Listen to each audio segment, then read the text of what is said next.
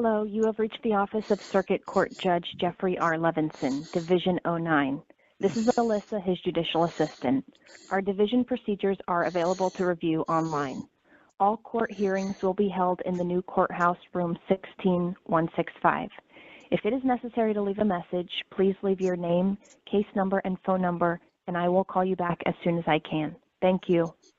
Record your message at the tone. When you are finished, hang up or press pound for more options. Hi, this is Todd Watson. This phone call is being recorded. It is Thursday, 5/11/2017. Unfortunately, yesterday I was, keeping my word, and I was calling, and unfortunately I was dialing the wrong number. My bad, Jeff. I apologize. I'm sure you know that your face is posted on social media websites with, the phone call that I made. I didn't really give much detail to, your rapings of, my constitutional rights. How the ambush of my resentence, the never before ambush, where it was an emergency motion. There was nothing emergent about it. There was something unforeseen as an emergency, Jeff, and they knew for years I was getting out. They just knew that I was going to do exactly what I'm doing right now, Jeff, which is exposing their criminal conducts, which is why you did what you did. Okay, that's first. And then, of course, you stipulate the hold order on me because I'm screaming in the courtroom that I'm being ambushed. So you state, hey, if you agree to stay in past your release date, you stipulated all the requirements, well, then you're good. We'll take this one step. Relax, Mr. Watson. We'll take this one step at a time. You remember saying that, Jeff? Absolutely, you do.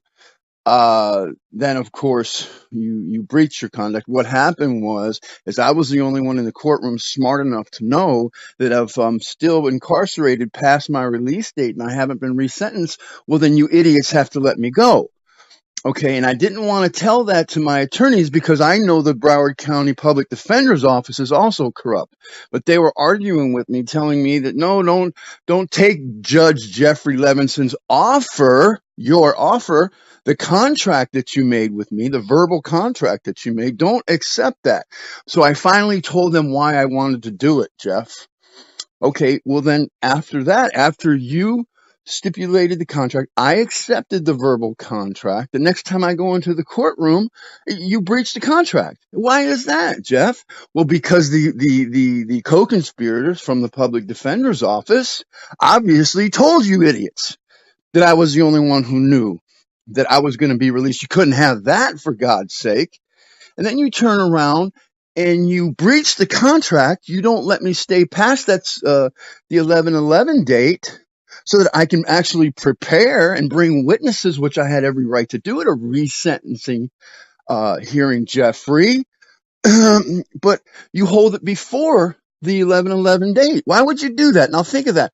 Why would you keep the hold order but fuck me on the contract? Well, it's because I would have been released by the Department of Corrections. You resentenced me on the 10th. The paperwork wouldn't have got there till after the 11th. They would have released me without that hold order, Jeff.